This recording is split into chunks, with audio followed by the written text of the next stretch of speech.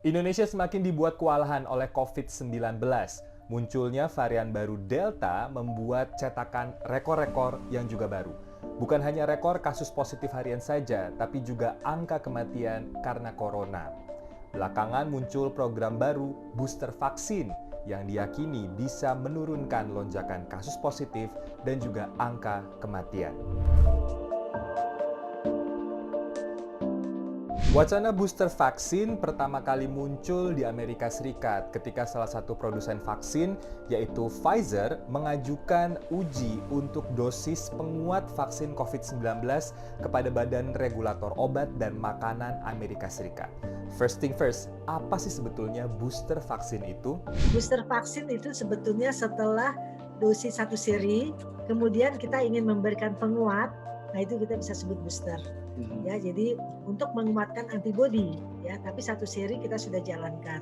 Jadi booster vaksin itu dibutuhkan jika hasil penelitian membuktikan adanya penurunan efikasi dari vaksin COVID-19 setelah suntikan kedua dalam satu seri vaksinasi. Nah, cara kerja booster vaksin ini memanfaatkan sel memori dari suntikan yang sudah pernah masuk ke dalam tubuh seseorang sebelumnya. Di berbagai negara muncul beragam pernyataan, baik yang pro maupun kontra dari pemberian dosis penguat vaksin COVID-19. Mereka yang kontra bilang belum ada banyak penelitian maupun uji klinis terkait pemberian dosis penguat vaksin COVID-19. Well, it's unstudied, and so what I would say is just as we don't have any data to inform and say we believe that the J&J is actually going to perform well, we don't have a wealth of data to say how well you'll be protected by a second vaccine, what side effects would occur with that vaccine. So if you choose to do that, the one thing I would ask is to enter a study in doing so we can learn more. Rencananya vaksin ini selain kami gunakan untuk suntikan pertama dan kedua bagi rakyat Indonesia, khusus akan kami gunakan untuk booster suntikan ketiga bagi para tenaga kesehatan Indonesia.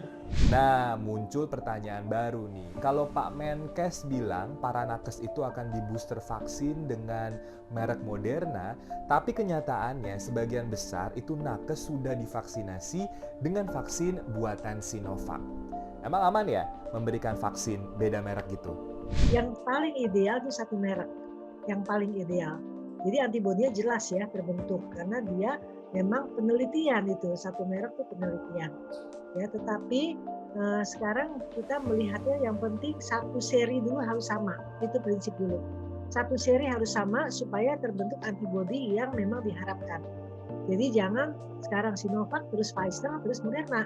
Itu tiga vaksin yang berlainan dalam satu waktu, dalam satu seri, ya bukan satu waktu, satu seri. Nah itu kita nggak bisa bertanggung jawab dan kita nggak tahu itu di pabriknya nggak ada penelitian itu. Penyuntikan booster vaksin tentu akan menimbulkan efek samping. Sebetulnya ini untuk semua jenis vaksin dan untuk dosis keberapa aja. Kenapa? Karena memasukkan zat ke dalam tubuh tentu akan memunculkan reaksi inflamasi.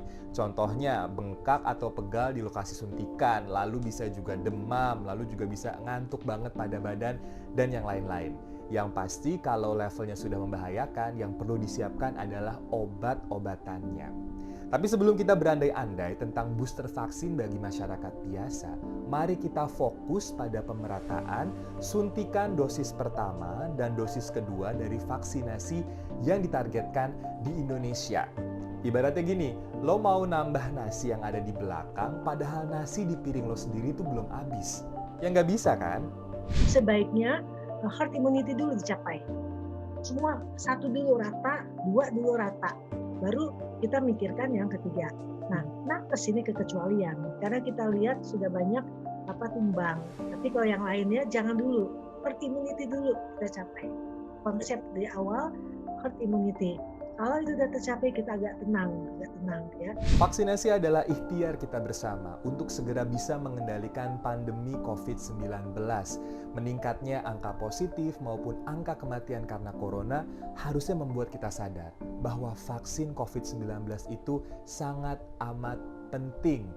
Jangan egois dan jangan jadi sumber masalah bagi orang banyak di sekitar kita dengan menjadi bagian orang-orang yang anti vaksin.